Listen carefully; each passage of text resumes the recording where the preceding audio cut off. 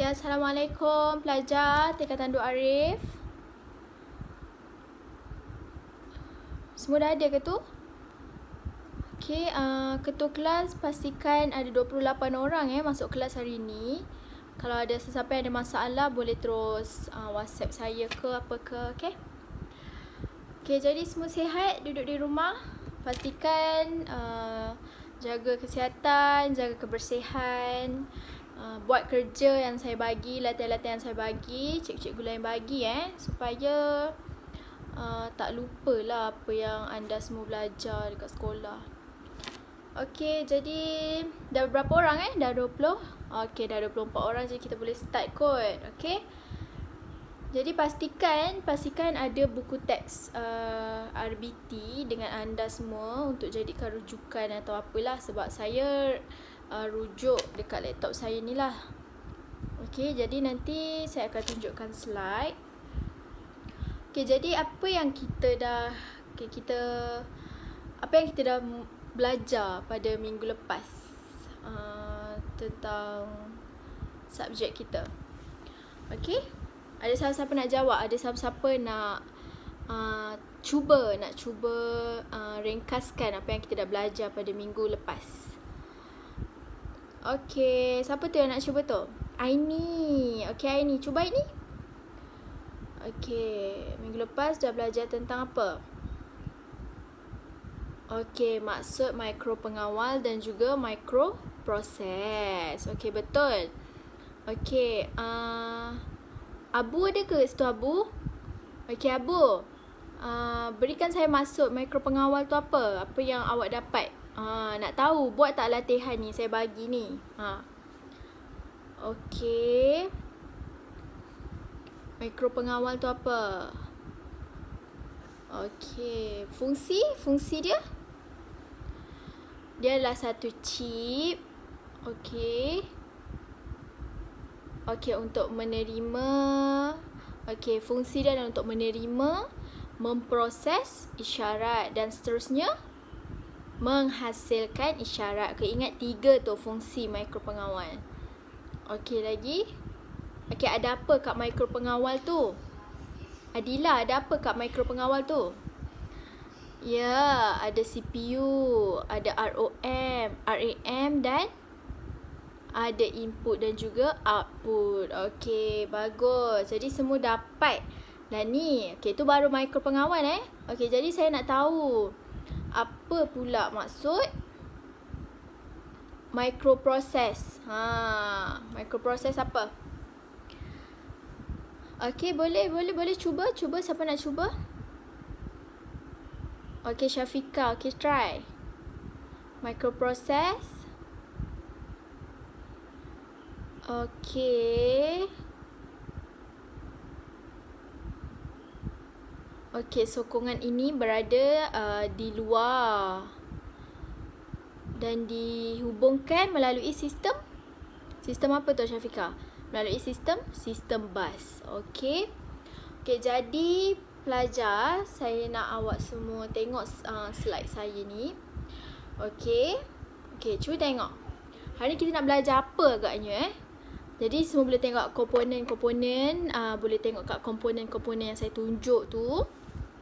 Jadi hari ni kita nak belajar apa sebenarnya? Cuba boleh teka. Siapa boleh? Okey, saya nak tanyalah satu persatu kan. Kenal tak komponen-komponen, 4 komponen yang kat sini ni? Okey. Okey, yang first tu apa? Okey, yang ada punat tu. Tu yang ada punat tu. Apa tu?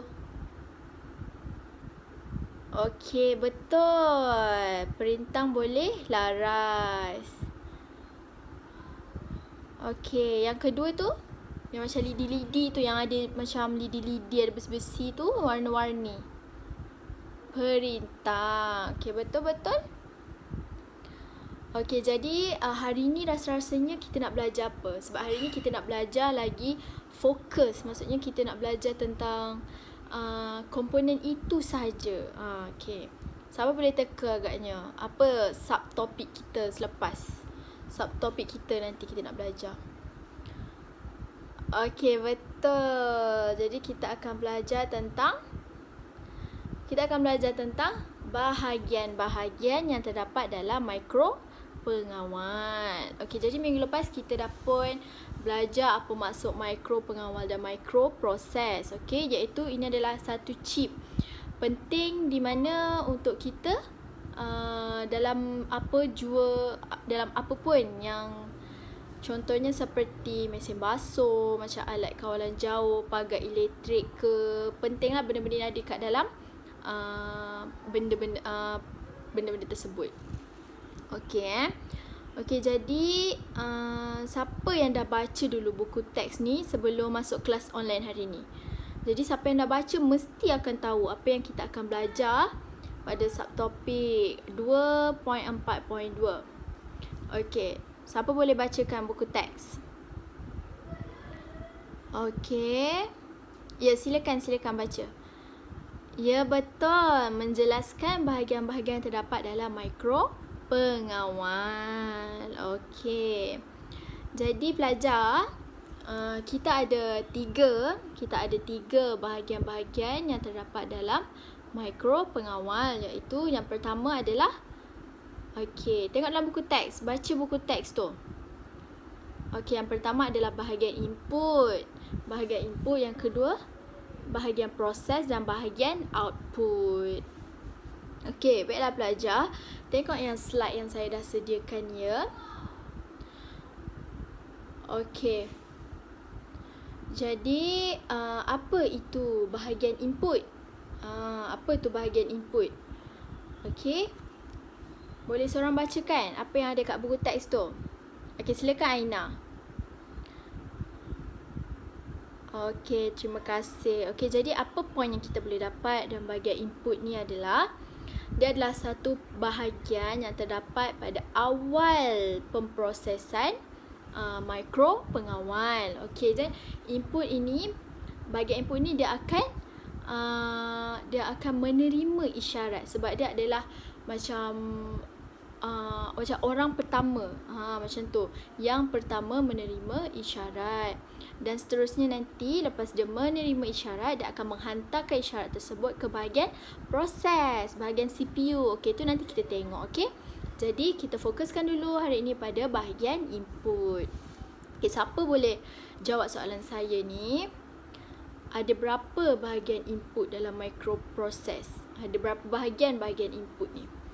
Okey, siapa nak cuba? Okey, Alia. Cuba.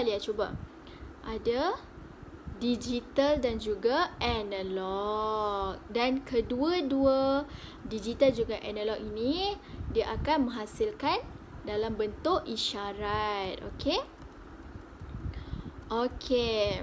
Jadi pada hari ini kita akan tengok satu persatu komponen-komponen apa yang ada dalam bahagian input, digital dan juga analog. Okey, kita akan tengok dulu dalam bahagian digital. Okey, jadi dekat dalam buku teks ada berapa tu? Siapa yang dah baca dia tahulah. Okey, ada berapa? Okey, ada 5. Okey, siapa boleh sebutkan apa 5 bahagian-bahagian tu? Okey, betul. Ada berapa? Okey, yang pertama adalah switch tekan tutup, switch tekan buka, switch mikro, penderia pergerakan dan penderia air. Okey, jadi bila kita tengok pada bahagian input digital ni, dia bukannya secara automatik. Okey, maksudnya dia tak ada sensor. Maksudnya kita sebagai manusia macam tu perlu memberi tindakan pada dia. Contohnya kita kena tekan ke, kita macam kena sentuh dia, baru dia menerima isyarat. Okey, cuba kita tengok satu persatu. Okey, yang pertama adalah switch tekan tutup. Okey, kita tengok switch tekan tutup dan switch tekan buka. Okey, kebanyakan pelajar dia akan keliru switch tekan tutup dan switch tekan buka ni. Jangan keliru sebab kena tengok betul. Kena tengok betul-betul dia punya simbol tu.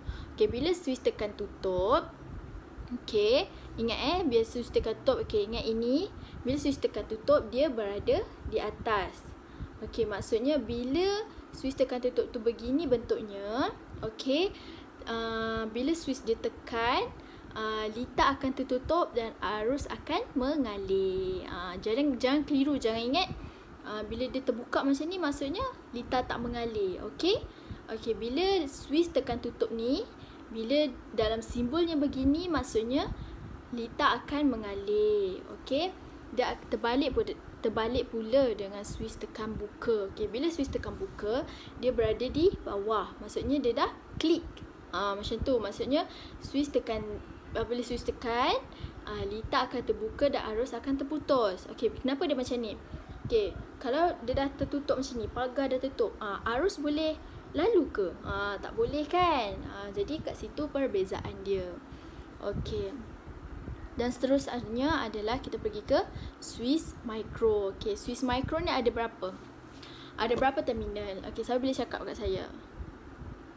Okey, Ali try. Ada berapa tu dalam buku teks? Boleh baca? Okey, ada 2. Ada Swiss tekan buka dan Swiss tekan tutup. Okey, apa terminal untuk Swiss tekan buka? Okey, boleh tengok perbezaannya kat situ. Dia ada COM, NC dan juga terminal CON dan NO. Okey, jadi semua boleh tengok gambar yang saya bagi ni. Okey, tengok dia punya simbol tu. Okey, dia ada NC dan juga terminal NO. Okey, itu untuk Swiss Micro. Okey, penderia pergerakan pula. Tengok yang keempat. Apa fungsi dia? Dia adalah untuk mengesan haba yang dihasilkan oleh manusia atau haiwan. Okey. Untuk apa mengesan haba ni? Okey, mengesan haba. Okey, apabila berlaku pergerakan atau apa-apa saja macam angin ke, apa ke macam tu, isyarat akan dihantar kepada mikro pengawal lah. Okey.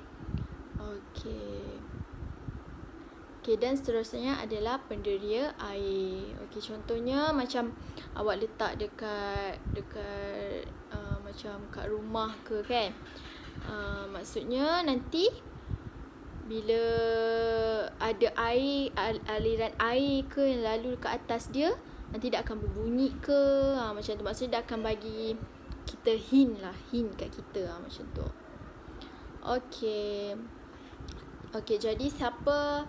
Okey, saya nak Sofia Sofia senaraikan apa dia komponen-komponen dalam bahagian input digital. Okey, yang pertama lah Swiss tekan tutup. Okey, Swiss tekan buka.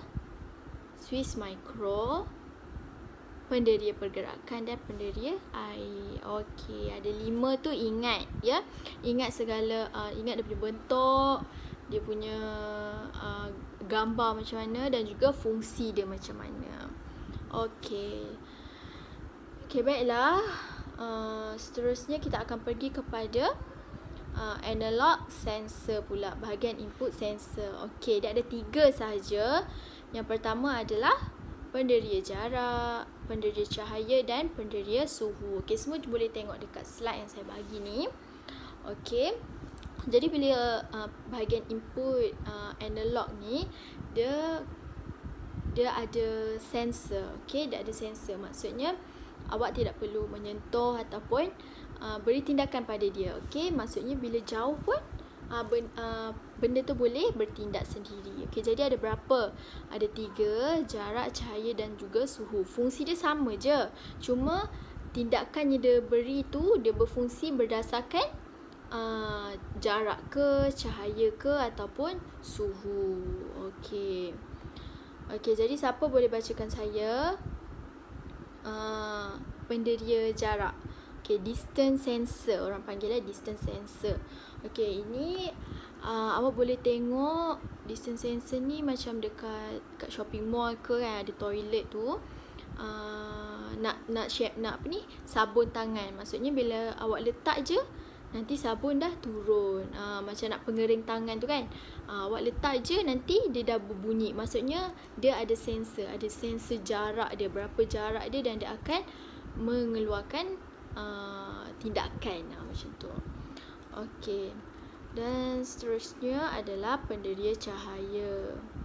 Okey, penderia cahaya Penderia cahaya ni okey, dia peka terhadap cahaya. Dia akan berubah mengikut kecerahan. Okey. Okey, semakin cerah cahaya, semakin rendah rintangan pada penderia cahaya. Okay, semua boleh tengok simbol perintang peka cahaya tu. Okey. Dan last sekali adalah penderia suhu. Mengesan suhu dalam julat tertentu. Okey, ini kita boleh tengok contohnya macam kat shopping mall ke, macam tu. Dekat atas tu nanti dia macam ada lampu-lampu merah kan, macam UFO macam tu kan. Okey, tu maksudnya nanti bila macam terbakar ke, macam ada asap ke, dia akan mengeluarkan bunyi dan keluarkan air. Macam tu. Okey. Okey, jadi pelajar, ada apa-apa persoalan tentang bahagian input yang kita belajar hari ini? Okey, kalau ada soalan boleh tanya sekarang. Okey. Baiklah, nampaknya macam tak ada soalan macam semua senyap je. Okey, jadi tak apa, saya sediakan latihan awak pada minggu ini dalam link yang saya bagi ni. Okey, pastikan buat. Okey, sebab nama-nama ni, sebab dekat Google Form tu akan ada nama. Jadi siapa tak buat tu maksudnya dia tak dapat markah. Okey. Baiklah, jadi itu saja pelajaran kita pada hari ini. Jadi kalau ada apa-apa persoalan boleh WhatsApp ataupun boleh call saya, contact saya jika ada apa-apa masalah. Okay, jadi itu saja kelas online kita pada hari ini.